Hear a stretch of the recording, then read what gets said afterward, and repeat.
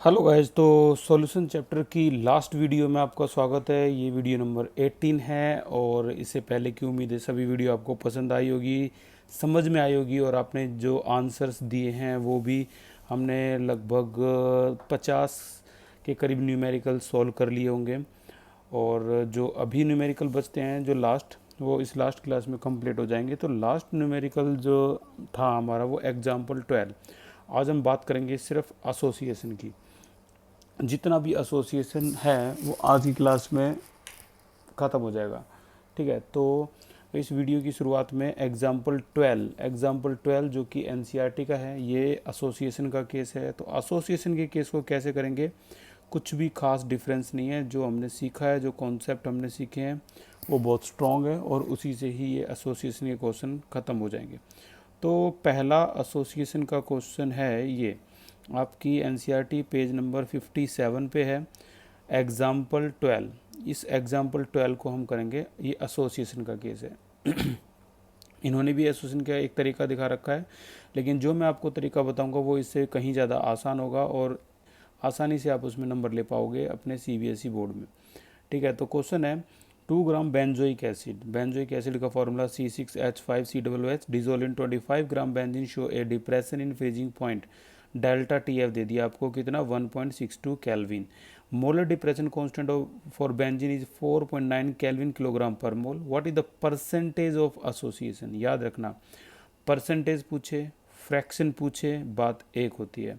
ठीक है, और अल्फ़ा से ये बहुत जल्दी कैलकुलेट होता है। अच्छा, एक चीज़ के लिए स्पेशल अंडरलाइन करना, डाइमर। ये डाइमर बना रहे हैं। जब दो मॉलिक्यूल कंबाइन होते हैं तो डाइमर, तीन है तो ट्राइमर और चार है तो टेट्रामर, इस तरह से बनते हैं ये। ठीक है, तो इसके बारे में अभी स्टार्ट करते हैं कि एसोसिएशन का क्या इसमें केस है।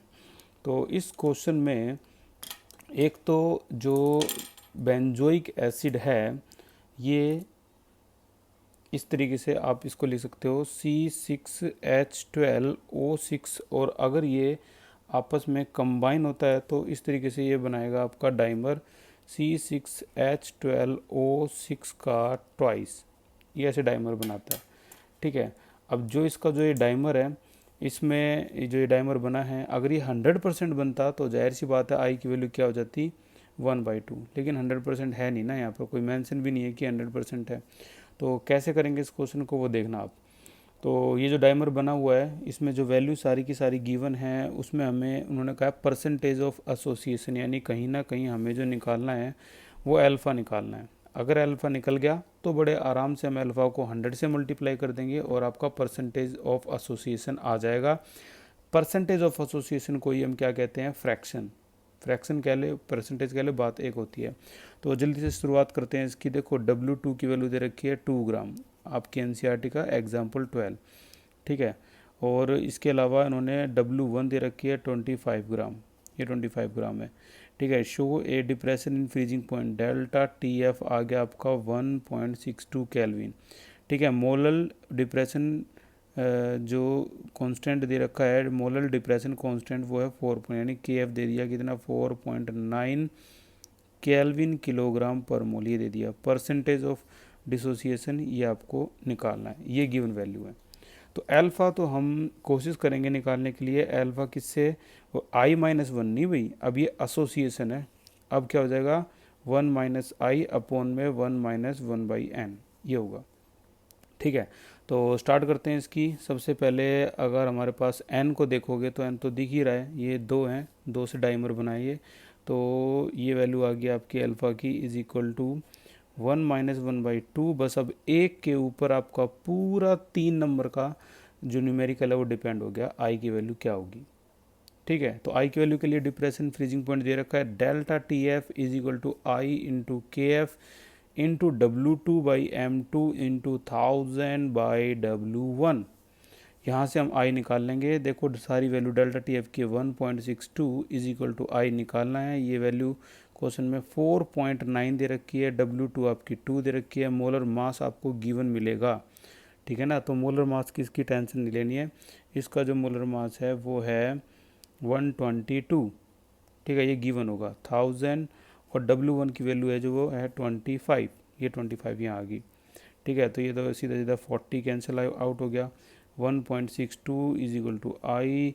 अब सारी वैल्यू को ऊपर ले जाएंगे तो किस तरह से क्या कैलकुलेट करेंगे हम, ये आई इज इक्वल टू ये हो जाएगा आपका 1.62 multiply by 122, the value is divided by कितना 4.9 इंटू में 42 इंटू में 40, ये पूरा कैलकुलेट कर लो आप। आई की वैल्यू आपको बड़े आराम से 0.504 मिल जाएगी, ठीक है ना, ये 0.504 मिल जाएगी इसकी आई की वैल्यू। जैसे आई की वैल्यू मिल गई, ओके, 1 माइनस में 0.504 ये आ गया।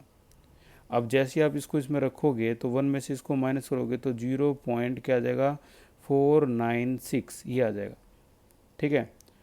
और उसके बाद यहाँ क्या आ गया आपका 0.5 आ गया, डिवाइड कर लो, आपकी अल्फ़ा की वैल्यू आएगी 0.992। लेकिन अल्फ़ा तो पूछा ही नहीं उन्होंने, क्या पूछा परसेंटेज, तो परसेंटेज ऑफ एसोसिएशन जो होगा वो कैसा हो जाएगा, इसमें 100 से मल्टीप्लाई कर दो 92.2% and this is your final answer, ये आ जाएगा इसका फाइनल आंसर 92.2%, ठीक है। इसी को फ्रैक्शन बोल देते हैं। तो ये एक प्रॉब्लम 9 था, ये भी सॉल्व हो गया। और आगे चलते हैं, अब की बार प्रॉब्लम 10 है, और प्रॉब्लम 10 में उन्होंने कहा है कि 3 ग्राम 3.9 ग्राम, इस तरीके से आप एक बार थोड़ी देर के लिए इसको रीड कर लो। 3.9 ग्राम ऑफ बेंजोइक एसिड, फिर से बेंजोइक एसिड है, डिजोल्व इन 40, 1 मिनट, ये होमवर्क है तो आपको अपने सेक्शन में लिख लेना है जो होमवर्क है।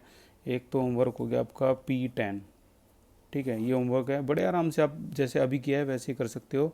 वेंटो फैक्टर निकालना है, ठीक है।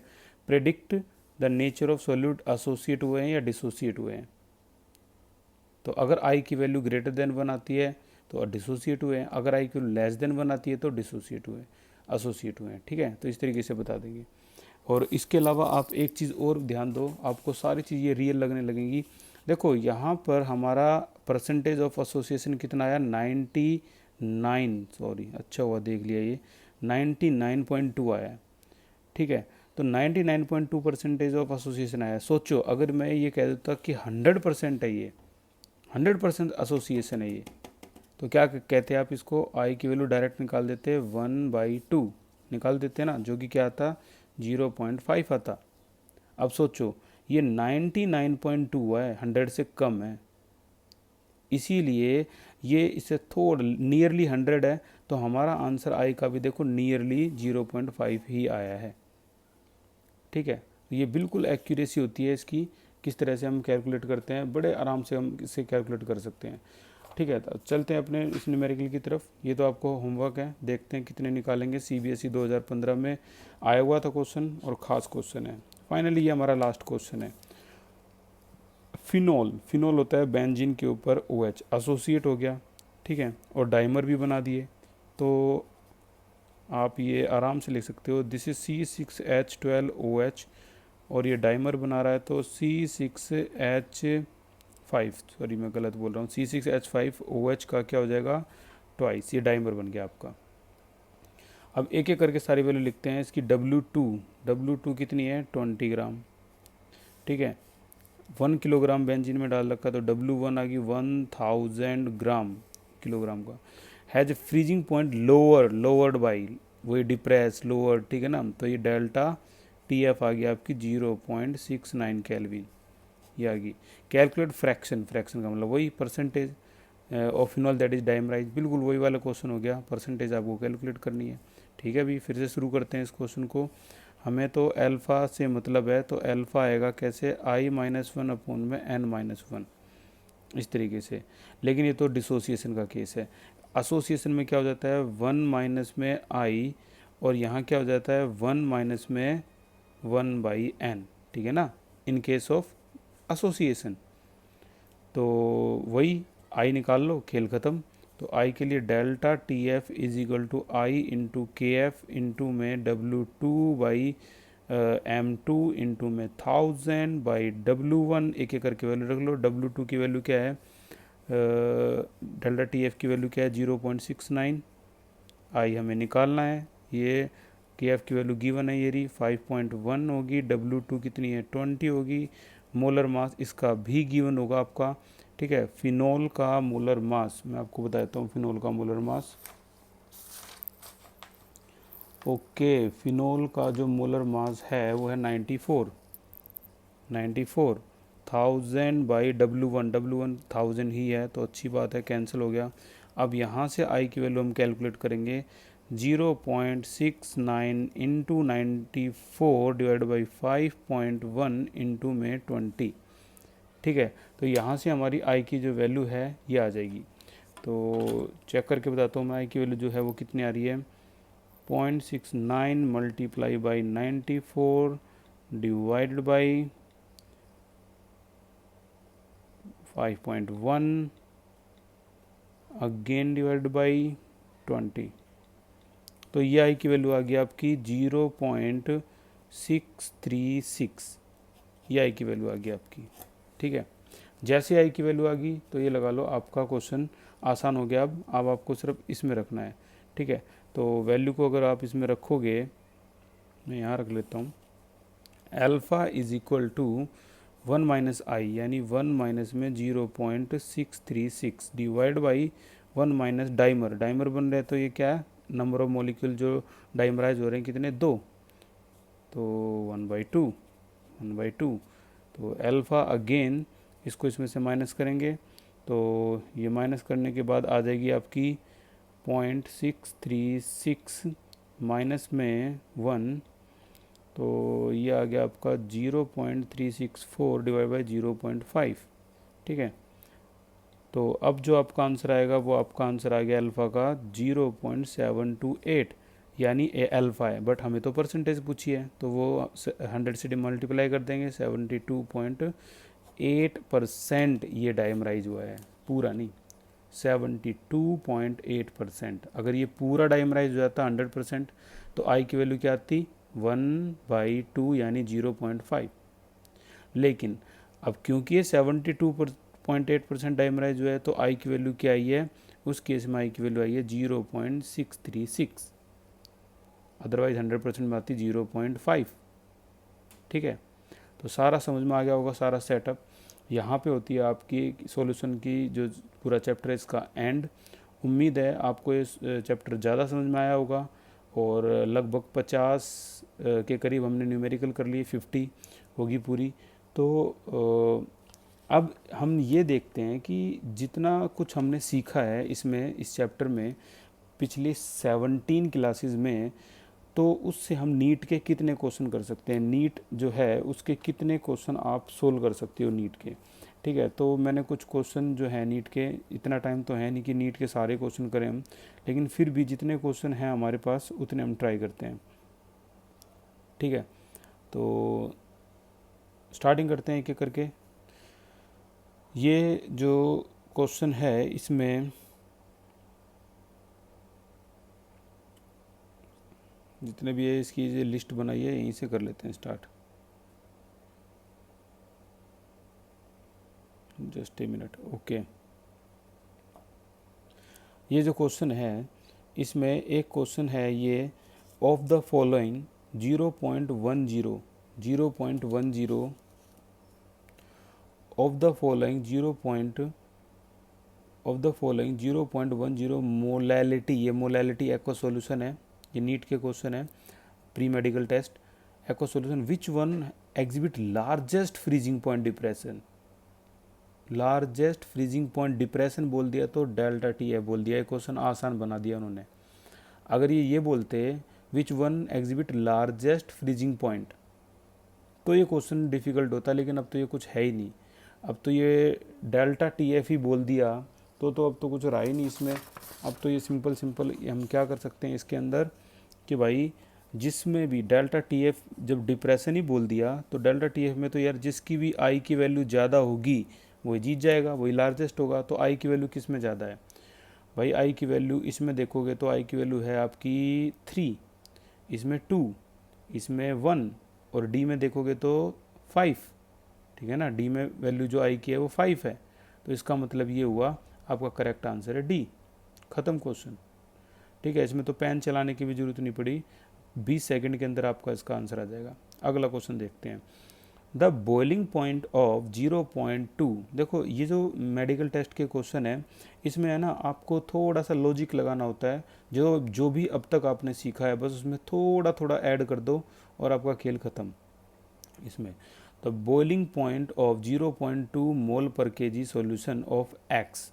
अब मोल पर केजी इतना इन्होंने मेहनत करी, ये स्मॉल एम लिख देते तो कुछ गलत हो जाता है इसका, कि स्मॉल एम का मतलब मोलैलिटी और मोल पर केजी भी क्या होता है मोलैलिटी, यानी 0.2 molality solution of X in water is greater than equimolal, इतना ही वाई को भी ले रखा है 0.2 मोलैलिटी, वाई को भी ले रखा है 0.2 एक्स को ले रखा है।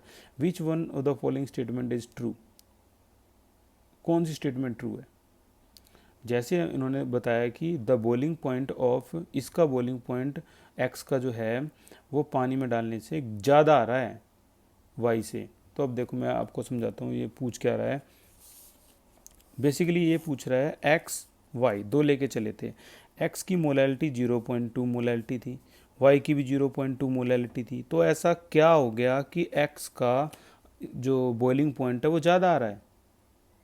भाई एक्स का बॉइलिंग पॉइंट कैसे ज़्यादा आ सकता है? बॉइलिंग पॉइंट का फॉर्मूला क्या होता है? Delta T B equal to I into K B into molality. Molality तो इसकी भी वही है, delta T B is equal to I into K B into molality, इसकी भी वही है। यार ये दोनों सेम है अकॉर्डिंग टू क्वेश्चन, ये दोनों होते ही सेम है क्योंकि सॉल्वेंट एक ही है दोनों के लिए, के भी दोनों में ही सेम है। This is called ebullioscopic constant, constant, ठीक है ना, ये तो सेम है, यानी कुछ ना कुछ गड़बड़ आई ने कर दी, जरूर इसका आई ज़्यादा होगा तभी इसका बॉइलिंग पॉइंट ज़्यादा है, ठीक है ना, जरूर इसका आई ज़्यादा होगा। अब आई ज़्यादा होगा का मतलब है कि इसमें डिसोसिएशन हुआ होगा एक्स में, तो पहला ही आंसर करेक्ट हो गया, x is undergoing dissociation in water. समझ रहे हो, पहला ही आंसर कर क्या हो गया, करेक्ट हो गया। तो देख लो यही लोग हैं जो डॉक्टर बनते हैं, और अगर आपकी बायोलॉजी बहुत स्ट्रांग है तो बड़े आराम से आप इसको क्रैक कर पाओगे। मेरे स्टूडेंट जितने भी हैं वो बताते हैं कि केमिस्ट्री और बायोलॉजी उनकी बहुत इजीली जो होती है वो नीट में कवर हो जाती है, ठीक है। तो अगले क्वेश्चन की तरफ चलते हैं, ये तो हो गया। ओके, ये क्वेश्चन भी देखो, इस क्वेश्चन में मैंने पेयर लिए हैं इसके छोटे छोटे ताकि पूरी स्क्रीन पे ये थोड़े से ज़्यादा फोकस हों। जितना भी सोर्स है इस लॉकडाउन में हमारे पास हम उसी का इस्तेमाल कर पा रहे हैं। अगर ये नहीं होता तो टेक्नोलॉजिकल हम ज़्यादा एडवांस होते, लेकिन अभी फ़िलहाल हमारे पास जो भी बच्चे कुछ हैं, देखो मैं ये पेज जोड़ जोड़ के ऐसे चिपका चिपका के जोड़ जोड़ के ऐसे स्क्रीन के लिए ताकि अच्छा हो, यही कर पा रहा हूँ। जो जितना भी हमारे पास बचा कुचा सोर्स है, बाकी इसके बाद तो पूरी तरह से हम यूज़ करेंगे टेक्नोलॉजी का। तो फिलहाल which condition is not satisfied ideal solution, ये लास्ट क्लास में भी आया था, ठीक है ना, हमने वीडियो नंबर 17 में भी देखा था, यही क्वेश्चन आया था और ये फ्रीक्वेंटली आता है। Delta H on mixing ideal के लिए होता है, बिल्कुल डेल्टा वी होता है, ठीक है ना। ओबे रोल्टलो आइडल सोल्यूशन जो सोल्यूशन होते हैं यस ओबे करते हैं, लेकिन delta S on mixing zero नहीं होता, ठीक है ना, ये मिक्सिंग जीरो नहीं होता, इसीलिए सी आपका करेक्ट आंसर हो गया, ठीक है, ये ग्रेटर होता है। ओके, इसमें अगर आप देखोगे तो क्वेश्चन क्या कमाल का बनाया नीट 2013 में, उन्होंने कहा है कि 6.02 10⁻20 मॉलिक्यूल बोल दिए, molecule of urea are present in 100 ml of solution. तो बताओ इसकी कंसंट्रेशन यानी मोलैरिटी, सारे ऑप्शन में मोलैरिटी है, मोलैरिटी क्या होगी? अब यार मोलैरिटी तो हमें क्या अब तक पढ़ी है और क्या हमने सीखी है, मोलैरिटी तो बस इतनी सीख पाए हम कि तो क्वेश्चन में हमसे सिर्फ मोलैरिटी पूछा है, तो मोलैरिटी तो हमें सिर्फ इतना ही पता है कि मोलैरिटी होती है number of mole of solution dissolve पर लीटर ऑफ सॉल्यूशन, और हमारे पास तो लिमिटेड इन्फॉर्मेशन दे दी इन लोगों ने, 6.02 10⁻20 मॉलिक्यूल लेके दे के छोड़ दिया और बोल रहे हैं बताओ इसका आंसर क्या होगा, ठीक है। नंबर ऑफ मोल में हमारे पास इतना, नंबर ऑफ मोल के बारे में इतना ही पता है हमें, W2/M2 volume of solution litre, जो कि उन्होंने 100 ml बोल दिया तो 100/1000 हो जाएगा। अब इन दोनों का कहाँ से लाएं, ये W2 और M2 ये कहाँ से लाएं, मॉलिक्यूल दे के छोड़ दिया इन्होंने। लेकिन शायद तुम्हें याद होगा नंबर ऑफ मोल 9th या 10th क्लास में ये भी होता था, N0/Na, number of given particle कितने, 6.0 10⁻20 और एवोगैड्रो कितना होता है 6.02 लो 10⁻23, कैंसिल कैंसिल कैंसिल कैंसिल, क्या आ गया 10 की पावर ऊपर ले जाएंगे तो -3 आ गया आपका नंबर ऑफ मोल। ठीक है, और वो कह रहे हैं कि हमसे मोलैरिटी निकाल के दिखाओ, तो भाई मोलैरिटी आपकी सीधी सीधी सी आ गई, नंबर ऑफ मोल आ गए 10 की पावर -3, और यहाँ से कैंसिल करोगे तो ये आ गया 10 की पावर -1, आंसर आ गया 10 की पावर -2, यानी 0.01, दिस इज़ योर आंसर। ठीक है, तो ये आपका आंसर हो गया। और इस ऑप्शन में कौन सा ऑप्शन करेक्ट है, ये फर्स्ट ऑप्शन ही करेक्ट हो गया आपका। ठीक है, ये आंसर आ गया। तो 4 क्वेश्चन हो गए इसके, और आगे चलते हैं। ये क्वेश्चन और देखो, सेम क्वेश्चन है। इस क्वेश्चन में और देखो क्या कमाल का क्वेश्चन बनाया है। पहले तो हम 79 को देख लेते हैं। Vapour pressure of chloroform and dichloromethane at 25 degree Celsius are 200 mmHg और 41.5 mmHg। शायद आपको याद आ गया होगा कुछ, ये पेज नंबर 43 पर एग्जाम्पल है जो कि पॉपुलर एग्जाम्पल है। बस वहाँ पर 415 mmHg है, 415। ठीक है ना। Vapour pressure of solution by mixing 25.5 gram of chloroform 40 ग्राम, ये सारी वैल्यू सेम दे रखी है, मोलर मास सब कुछ सेम दे रखा है। बस कहाँ पर उन्होंने इसको चेंज कर दिया कि लास्ट में आके मतलब यहाँ पर 415 की जगह 41.5 mmH दे दिया हमारा, वही ये एग्जाम्पल है। और आपको उसका आंसर भी बड़ा पॉपुलर आंसर है, याद होगा क्या, 347.9 mmH ये टोटल प्रेशर आएगा। और यही वो पूछ रहे हैं कि वेपर प्रेशर बताओ, ये आएगा। बच्चे सी पे टिक लगाए जल्दबाजी में बिना सोल्व करे, लेकिन उन्होंने ये नहीं पता था 41.5 mmHg में चेंज ही दिए। तो बिल्कुल वही क्वेश्चन दे रखा है, बड़े आराम से कर सकते हो, ट्राई करना और देखना कौन सा ऑप्शन करेक्ट है। ठीक है, अब देखो एक और question 78, pre medical test. Medical का लेवल क्या होता है।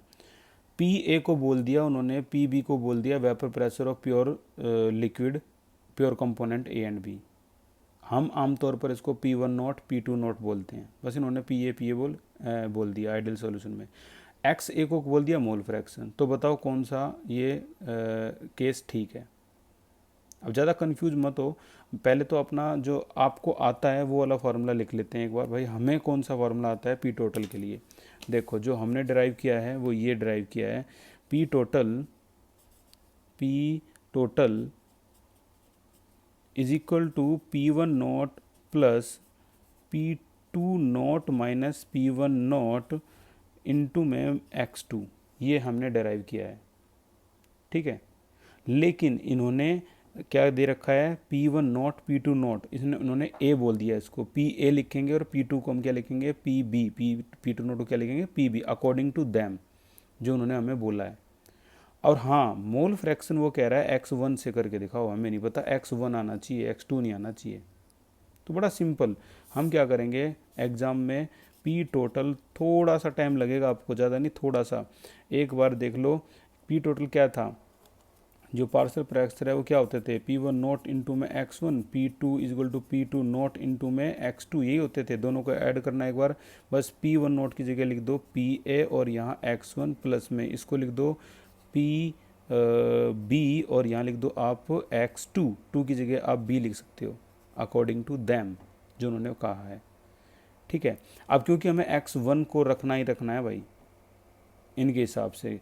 तुम कहोगे क्यों, क्योंकि इन्होंने साफ साफ बोल दिया है कि आपका एक्स ए आना चाहिए। एक्स हमारे इक्वेशन में बी आता है यानी 2 आता है, लेकिन एक्स ए आना चाहिए। ठीक है भाई, इनके हिसाब से करके देखते हैं, एक्स ए ले आएंगे, कोई प्रॉब्लम नहीं है। तो हम क्या करेंगे, अब की बार हम बी को चेंज कर देंगे। ठीक है, ए इस तरीके से एक्स ए प्लस में ये हो जाएगा पी बी और ये हो जाएगा 1 माइनस में एक्स ए, ये कर लो। अब देख लो क्या आंसर आता है, पी ए प्लस में सॉरी मैं यहाँ आ गया एक्स ए और ये हो जाएगा आपका प्लस का पी बी और माइनस का पी बी एक्स ए। ठीक है, इस तरीके से कर लो। अब जहाँ भी एक्स ए है इसमें कॉमन ले लो, लो आपका पी बी आगे आ गया पी बी, और यहाँ इन दोनों में से कॉमन ले लोगे तो आपका ये आएगा, आपका एक्स ए आ गया, तो ये हो गया आपका एक्स ए, यहाँ ले आओ। अब बता दो यहाँ क्या है, P A minus P B आया है, तो दिस इज़ योर आंसर। ढूंढ लो पी बी प्लस में P A minus P B और एक्स ए, कौन सा आंसर करेक्ट है। उम्मीद है मिल गया होगा इनमें सभी में से कौन सा आंसर करेक्ट है। डी आंसर करेक्ट है, ठीक है ना, यही है।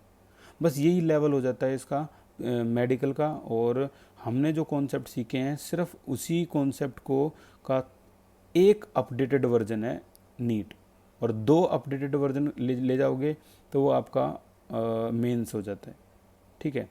तो और आगे चलते हैं। इसके बाद अब ये 3 ऐसे न्यूमेरिकल हैं जो मैं होमवर्क दूंगा आपको। ये तीनों के तीनों न्यूमेरिकल जो हैं आपको अपने आप अपना दिमाग लगा के करने हैं, ठीक है। 73, 74, 75 होमवर्क।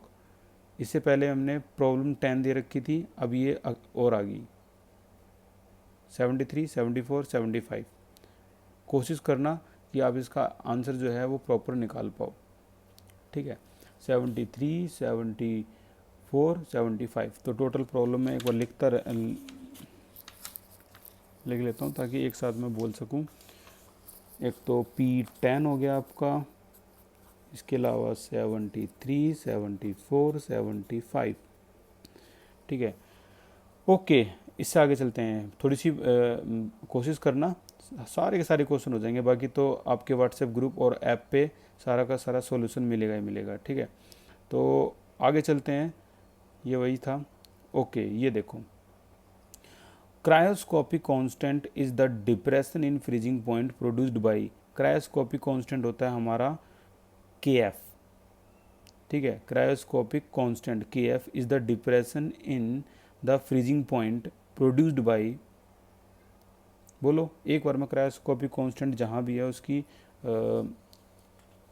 वैल्यू लिख देता हूँ क्रायोस्कोपिक कांस्टेंट के बारे में। देखो ये होता है cryoscopic constant, delta TF is equal to I into KF into molality. This is your cryoscopic constant. और इसको क्या कहते हैं, कोई बता सकता है? डेल्टा TF को आपके दिमाग में आ रहा होगा डिप्रेशन इन फ्रीजिंग पॉइंट। नहीं, ये तो बाकी सभी बच्चों को पता है। अगर ये क्रायोस्कोपिक कांस्टेंट है तो इसे क्या कहते हैं? This is called क्रायोस्कोपी। क्रायोस्कोपी, ठीक है, दिस इज क्रायोस्कोपिक कांस्टेंट।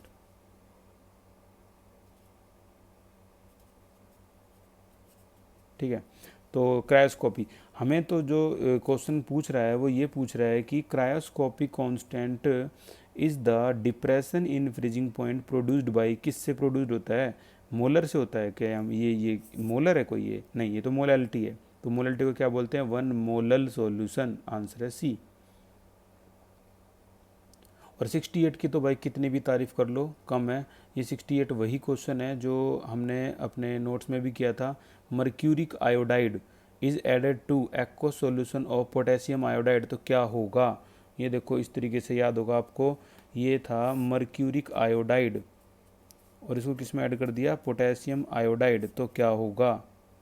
तो आंसर आया था K2HI, K2HI2। इस तरीके से ये यहाँ 2 आ गया था ना, और ये यहाँ 2 इस तरीके से। मर्क्यूरिक सॉरी Hg होता है, ठीक है, तो HgI2 आएगा, ठीक है, इस तरीके से। तो कुल मिला के वो कह रहा है कि यहाँ अगर आप काउंट करोगे, यहाँ अगर आप काउंट करोगे तो आपके नंबर ऑफ पार्टिकल कितने हो गए? 2 और 1 3। यहाँ काउंट करोगे तो नंबर ऑफ मॉलिक्यूल कितने हो गए? 1। 3 से 1 का हो जाना का मतलब है आई की वैल्यू कम होगी, लेस देन 1। आई की वैल्यू कुल मिला के कम हो रही है, ठीक है। और आई की वैल्यू अगर कम हो रही है तो आपका डेल्टा TF क्या होगा? KF into molality. अगर आई की वैल्यू कम हो रही है तो आपका डेल्टा TF भी कम होगा।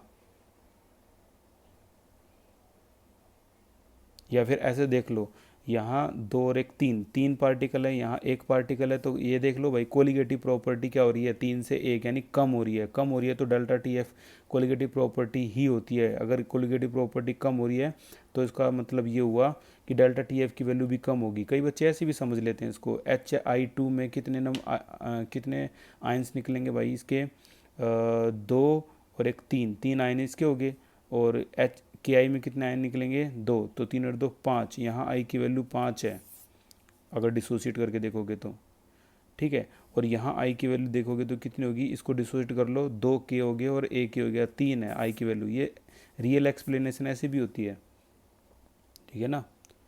तो आई कुल मिला के इस केस में आई की वैल्यू कम हो रही है तो कोलिगेटिव यानी डेल्टा टी एफ की वैल्यू कम होगी। और अब बताओ जब डेल्टा टी एफ की वैल्यू कम होगी तो टी एफ पे क्या फ़र्क पड़ेगा, T F not minus T F, इस टी एफ पे क्या फ़र्क पड़ेगा। तो इसको यहाँ ले जाएंगे तो T F is equal to क्या हो जाएगा, टी एफ नॉट माइनस में डेल्टा टी एफ। अब डेल्टा टी एफ की वैल्यू तो मैंने क्या बता रही थी, ये कम हो रही है, लेस। और लेस वैल्यू को माइनस करेंगे तो टी एफ का आंसर क्या आएगा, मोर। तो आंसर है आपका फ्रीजिंग पॉइंट क्या हो जाएगा, ज़्यादा, ठीक है। तो इसका ए आंसर करेक्ट है, freezing point is raised, freezing point of solution is raised. तो इस क्वेश्चन की तो जितनी भी तारीफ कर लो ना, मर्क्यूरी का आयोडाइड के नाम से पॉपुलर है, ठीक है, उतनी कम है। ये तो देख लो नीट में भी आया हुआ है, ठीक है। और देखते हैं क्वेश्चन को। ये क्वेश्चन एक और आ गया, ये क्वेश्चन भी, ये 3-3 के जो पेयर हैं ये भी आपको होमवर्क करना है, ठीक है, ट्राई करना है घर से। 2 दिन की छुट्टी है, अब सीधा नए चैप्टर से शुरुआत करेंगे। हो सकता है नया चैप्टर इलेक्ट्रोकेमिस्ट्री हो या सॉलिड स्टेट हो। आप कमेंट बॉक्स में लिख के बताओ कि अगला चैप्टर कौन सा करना है हमें, सॉलिड स्टेट या इलेक्ट्रोकेमिस्ट्री। जितनी ज़्यादा वोटिंग आएगी कमेंट बॉक्स में, चैप्टर वही स्टार्ट हो जाएगा। अभी तक कोई क्लियर नहीं है कि सॉलिड स्टेट करें या इलेक्ट्रोकेमिस्ट्री करें। कमेंट बॉक्स में बताना, जितने ज़्यादा कमेंट हो गए वही चैप्टर शुरू हो जाएगा।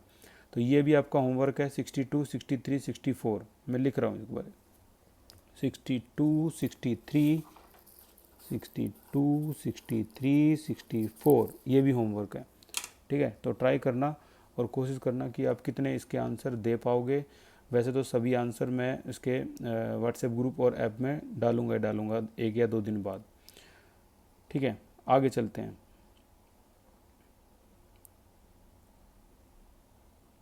ओके, अब जो क्वेश्चन है वो देखना एक बार ध्यान से। इस क्वेश्चन में कहा गया है the osmotic pressure of 1 capital M solution at 27 degree Celsius, बताओ क्या होगा। कुछ नहीं, एक लाइन में ही ऑस्मोटिक प्रेशर का क्वेश्चन पूछ लिया उन्होंने। Osmotic pressure of 1 capital M solution at 27 degree Celsius क्या होगा। तो देखो एक लाइन में क्वेश्चन का हिसाब किताब क्लियर कर दिया इन्होंने। ऑस्मोटिक प्रेशर होता है I into C into R into T. I का कुछ भी अता पता नहीं है तो आप इसको 1 मानोगे। कंसंट्रेशन बोल दी 1 कैपिटल एम। अच्छा, टेम्परेचर बोल दिया उन्होंने 27 डिग्री, जो कि होगा केल्विन में 300। आर की वैल्यू आपकी मर्जी है, मर्जी क्या है ये देखो। आर की वैल्यू एटीएम में दे रखी है तो आप भी एटीएम वाली लगाओगे, बार वाली नहीं लगाओगे। 0.0821 मल्टीप्लाई कर दो, जो भी आपका आंसर आया ATM. This is just logic और कुछ नहीं है, ठीक है। तो जो भी आंसर आएगा आपका वो इसका आंसर हो जाएगा।